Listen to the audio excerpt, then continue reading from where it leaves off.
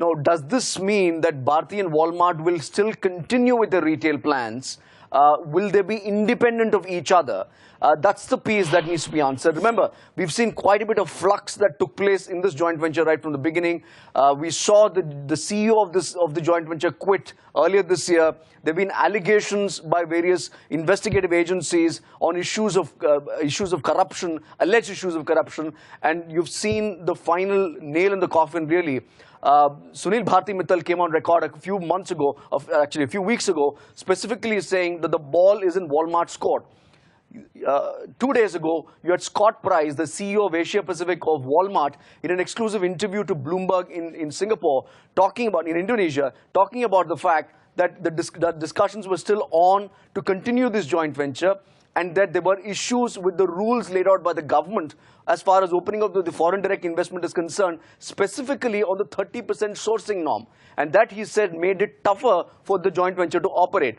But it looks like that they're still going to continue operations. Tanvi, pick up that point on that. Yeah. Are they going to be pursuing their interests in the retail business at all, independently of Bharti? Absolutely, Harsha. So they are already present in the cash and carry business. They are going to pursue this. They are going to expand that part of the business. There is also a line in the press release quoting Scott Price, and Scott Price is actually saying that Walmart is committed to business that serves our members and provides good return to our shareholders, and we will continue to advocate for investment conditions that allow FDI in multi-brand retail. So he's making it very clear that they are present in cash and carry or wholesale business, but they are looking at options when it comes to multi-brand retail. It's just that he told us a couple of days back also that the initial conditions that the government came out with were very unclear. They were grey areas and they had problems with the sourcing norms, and they still seem to be in conversation with the government